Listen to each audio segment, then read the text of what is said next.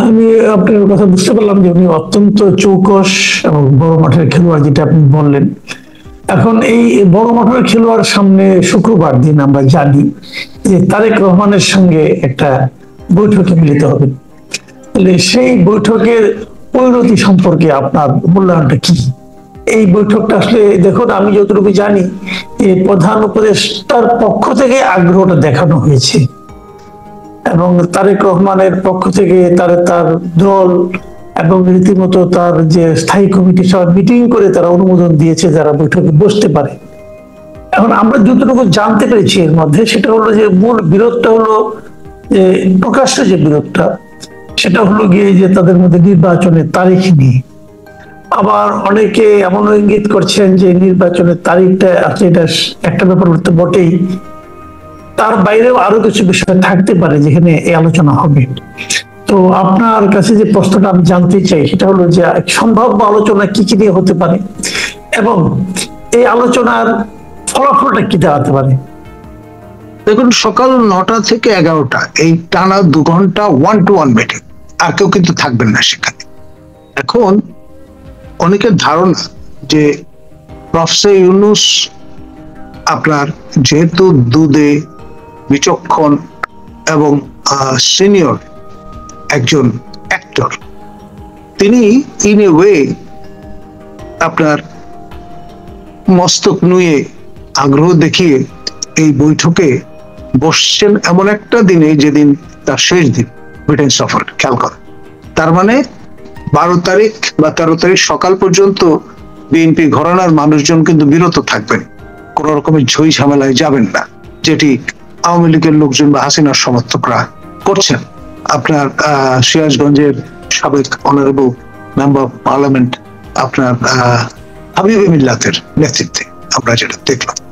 এখন আপনি নিশ্চয়ই ভুলে যাননি, বেশি দিন হয়নি সাবেক প্রধানমন্ত্রী আপনার শেখ হাসিনা ব্রিটেন সফরের সময় বিএনপির যুক্তরাজ্য সভাপতি এবং ম্যাডামের উপদেষ্টা মালেক মহোদয় যে বিপুল পরিমাণ মোবিলাইজেশন করতে সক্ষম হয়েছিলেন, স্মরণকালের সেরা আপনার প্রতিবাদ, সেটি যদি আবার যুক্ত হয় এই আওয়ামী ঘরানার আপনার এজিটেটরদের সঙ্গে, তাহলে কিন্তু মাথা সেখানেই কাটা যাবে, দেশে আর সসম্মানে মাথা উঁচু করে ফেরা হবে না।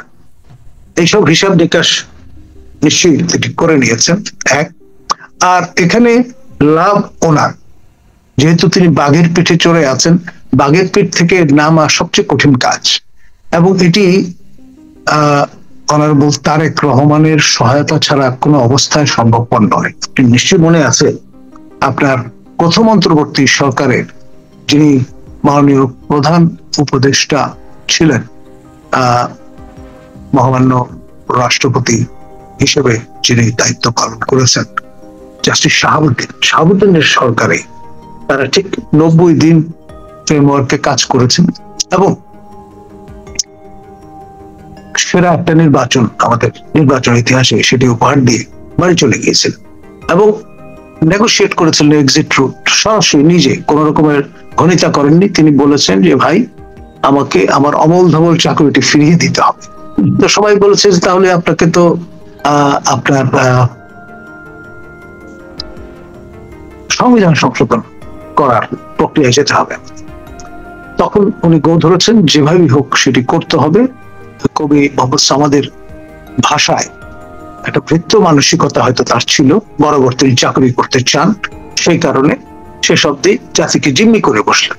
তিনি জাতির উদ্দেশ্যে ভাষণ দিয়ে বসলেন, বললেন যে আমার ওটার ব্যবস্থা করেন, আমি দ্রুত বঙ্গভবন ত্যাগ করতে চাই, এবং পাবলিক করে দিলেন বিষয়টা। তখন সবাই মিলে যেহেতু পূর্ব প্রতিশ্রুতি দিয়েছেন, তারা কিন্তু এই কাজটি করলেন এবং তিনি তার সেই অমল ধমল চাকরিতে ব্যাক করলেন। এটা ছিল এক ধরনের এক্সিট রুট নেগোশিয়েট করার বিষয়। আপনার পরবর্তীতে 111 সরকারের সময় ফখরুদ্দিন সাহেব এর নেতৃত্বে যে সরকার গঠিত হয়েছিল, সেখানেও কিন্তু এরকম একটি কাণ্ড ঘটেছে। আগে থেকে আগ বাড়িয়ে সাবেক প্রধানমন্ত্রী, সাবেক বিরোধী দলের নেত্রী শেখ হাসিনা, তিনি আপনার যে কাজটি করলেন তিনি কিন্তু আপনার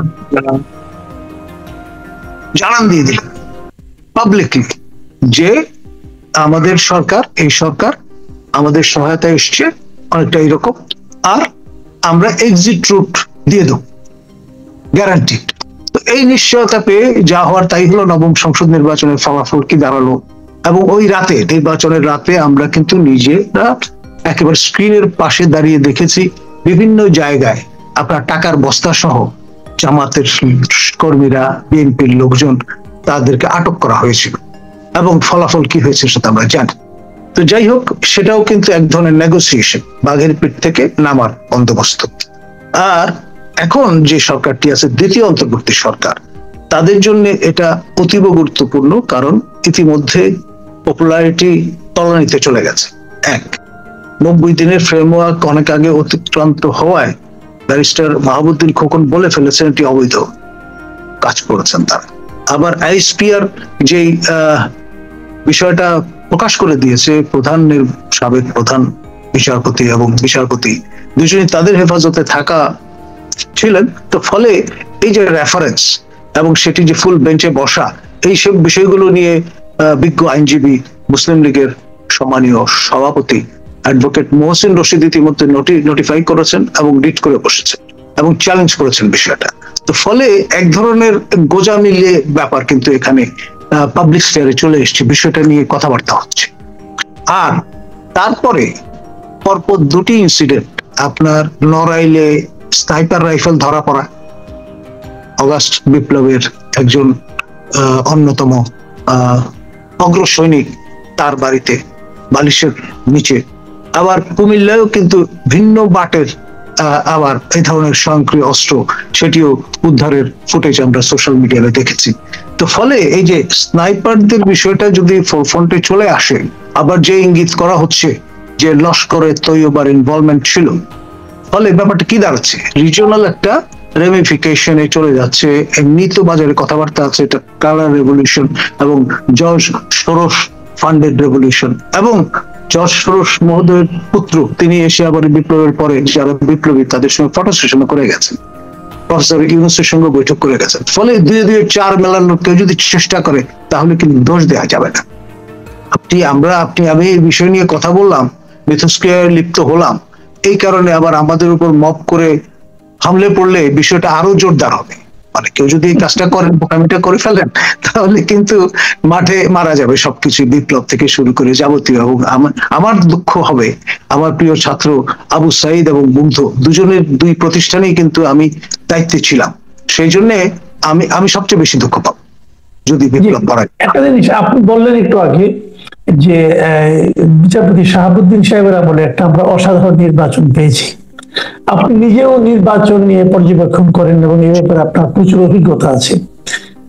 আমরা দেখলাম চেথাম হাউসেও কিন্তু বক্তব্য দেওয়ার সময় প্রশ্নের উত্তরে ডক্টর মোহাম্মদ ইউনূস বললেন যে জাতি একটা অসাধারণ নির্বাচন পেতে যাচ্ছে এবং ইতিহাসের সেরা নির্বাচন পেতে যাচ্ছে। ডক্টর ইউনূসের এই যে আশাবাদ, এই আশাবাদটাকে আপনি কতটুকু জাস্টিফাইড মনে করেন? আপনি কি মনে করেন সেরকম বাস্তবতা তৈরি করতে পেরেছেন অথবা পারতে যাচ্ছেন? দেখুন, এটি যদি মানে বাস্তবায়িত করতে হয় তাহলে প্রফেসর ইউনূসের 5 বছর সময় লাগবে। সেটি কিন্তু অন্য কেউ বুঝুক না বুঝুক, ঈদের জামাতের সেই ঈদুল ফিতরের নামাজি বলুন বা ঈদুল আজহার নামাজি বলুন, আগত মুসল্লিরা কিন্তু সেটা বুঝেছেন এবং তারা সহসে বারবার বলেছেন দালালদের কথায় আপনি কিন্তু পিছপা হবেন না, আপনি 5 বছর ক্ষমতায় থাকুন। তো এই যে নিরাপত্তা গেট অতিক্রম করে যে লোকগুলো সেখানে আসলো, এদেরকে আপনি যাই তাই ভাবে আপনার ব্র্যান্ডিং করার চেষ্টা করুন না কেন, তাদেরকে কোনো অবস্থায় ইউনূস বিরোধী বলা যাবে না। ইউনূসের ফ্যান তারা, এবং তারা চান যে 5 বছর তাকে সময় দেওয়া হোক, এবং তিনি কিন্তু বিষয়টা এনজয় করছেন। আল জাজিরার সঙ্গে সাক্ষাৎকারে তিনি কিন্তু এদের রেফারেন্স দিয়েছেন এবং তিনি সম্ভবত আপনার সেই মানব সভ্যতার উষালগ্নে গ্রিক নগর রাষ্ট্রে ফিরে গেছেন। তখন কিন্তু স্পার্টা, অ্যাথেন্সে সরাসরি প্রত্যক্ষ ভোটাভুটি হতো সবার সামনে। তো এখন ধরুন ইলেকট্রয়েট হিসেবে যদি আপনি ঈদের জামাতকে ধরেন, এবং এটা মুসলিম মেজরিটি কান্ট্রি, রাষ্ট্র ধর্ম ইসলাম, তাহলে কিছু বলার নেই। এবং তিনি কিন্তু কিস্তি টুপি মাথায় দিয়ে অপমান করার চেষ্টা করেছেন। তিনি সপ্তাহে যে মুসলিম ডে অফ সাবাত, অর্থাৎ জুম্মার দিনে তিনি কিন্তু কখনো আমরা দেখিনি নামাজ পড়তে যেতে। আর আপনার ফরজ নামাজ, জুম্মার নামাজ না পড়ে 5 ওয়াক্ত নামাজ তিনি পড়তে অভ্যস্ত নন, সেটা তার পিতার রেফারেন্স দিয়ে তিনি নিজ সাক্ষাৎকারে জানান দিয়েছেন আমাদের। আর আপনার রাজনীতিবিদদের অনেকেই তো ইতিমধ্যে বলেছেন যে তিনি ভেড়াকে বিয়ে করার সময় ভেড়ার শর্ত অনুসারে রাশিয়ান অর্থোডক্স চার্চের দ্বারা দীক্ষিত হয়েছেন, এবং স্বধর্মে ফিরে এসেছেন কিনা সেটা নিয়ে আবার বিএনপির রাশিয়ার বরকতুল্লাহ ভুলু একটা মেডিকেল বোর্ডের মতো বোর্ড গঠন করে দিয়েছেন, বলেছেন যে এটি ফয়সালা করার দায়িত্ব তিনি জামাতের আপনার আল্লাহর ওলি আমির ডক্টর শফিককে দায়িত্ব দিয়েছেন, যে কিভাবে তাকে স্বধর্মে ফিরিয়ে আনা যায়। এইসব সমস্যাগুলো মাথায় রেখে 71টা দেশে কাজ করা একজন মানুষ, প্রতিবন্ধী মানুষ, বান কি মুনের দ্বারা আপনার ঘোষিত disability rights champion of the world, তিনি কিন্তু ঈদুল ফিতরের সেই নামাজে শরীক হয়েছেন, এবং আপনার ঈদুল আজহার এই নামাজেও গিয়েছেন, এবং একটা কম্পারেটিভ পিকচার আমাদেরকে প্রদান করেছেন পর্যবেক্ষক হিসেবে। বলেছেন প্রায় 1000 লোক ছিল, চৌম্বকীয় আকর্ষণ তিনি অনুভব করেছেন সেখানকার অডিয়েন্সের মধ্যে।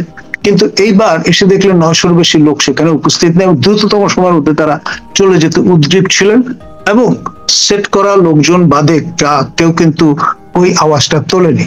আর ইমাম সাহেবও প্রফেসর ইউনূসকে কোনো স্পেস দেননি বক্তৃতা করবার। দ্রুততম সময়ের মধ্যে মোনাজাত ধরে ফেলায় প্রফেসর ইউনূস বক্তৃতা করার সুযোগটা পাননি, এবং আপনার সেই ব্যক্তি যিনি পর্যবেক্ষক হিসেবে গিয়েছিলেন তিনি মানসিকভাবে প্রস্তুত ছিলেন যে প্রফেসর ইউনূস বক্তৃতা শেষ করা মাত্রই তাকে তিনি প্রশ্নমানে জর্জরিত করবেন, সেই সুযোগটা তিনি হারিয়েছেন।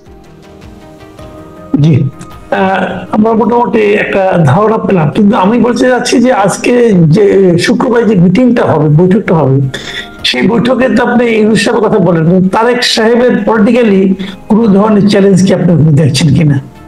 ডেফিনেটলি অ্যাজ ওয়েল শাহ আমি যেটি বলবো, লাভ কিন্তু অ্যাপারেন্টলি বেশি পরিমাণে হচ্ছে প্রফেসর ইউনূসের, সেই পরিমাণে আপনার ঝুঁকির পরিমাণটা অনেক বেশি অনারেবল তারেক জিয়া এমন একজন ব্যক্তি, বাংলাদেশে ইউনিক। তার মা 3 বার প্রধানমন্ত্রী ছিলেন, পিতা মহামান্য রাষ্ট্রপতি ছিলেন। এইরকমের প্যাডিগ্রি সম্পন্ন দ্বিতীয় কোনো ব্যক্তি আপনি খুঁজে পাবেন না, not even in south Asia. আপনি শ্রী বাবু বন্দর নায়কের কথা বলতে পারেন, আপনি বেনজির ভুট্টোর কথা বলতে পারেন, কিংবা শ্রীমতী ইন্দিরা গান্ধীর কথা বলতে পারেন, কিন্তু মা বাবা দুজনই এরকমের রাষ্ট্রীয় সর্বোচ্চ পদে আসীন ছিলেন, এরকম দ্বিতীয় কোনো দৃষ্টান্ত আপনি দেখাতে পারবেন। সেই জন্য জাতির এক্সপেকটেশনটা আকাশচুম্বী তারেক জিয়ার কাছে। তিনি আপনার কোনো ভুল পদক্ষেপ গ্রহণ করলে সমগ্র জাতি ক্ষতিগ্রস্ত হবে, 100 বছরের জন্য পিছিয়ে যাবে দেশ। আর তিনি যদি সঠিক সিদ্ধান্ত গ্রহণ করেন, আলোচনার কোনো বিকল্প নেই।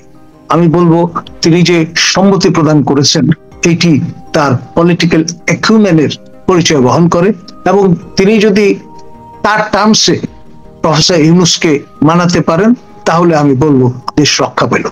আর যদি বিষয়টা এমন দাঁড়ায় যে বাঘের পিঠে থেকে নামবার প্রয়োজনে তারেক রহমানকে তিনি ব্যবহার করলেন, সেটি হবে মোস্ট আনফরচুনেট, এবং এই রকমের একটি আনইকুয়াল আপনার ইকুয়েশনে বিএনপি কিংবা তারেক জিয়া পড়বেন তেমনটি আমি মনে করি না।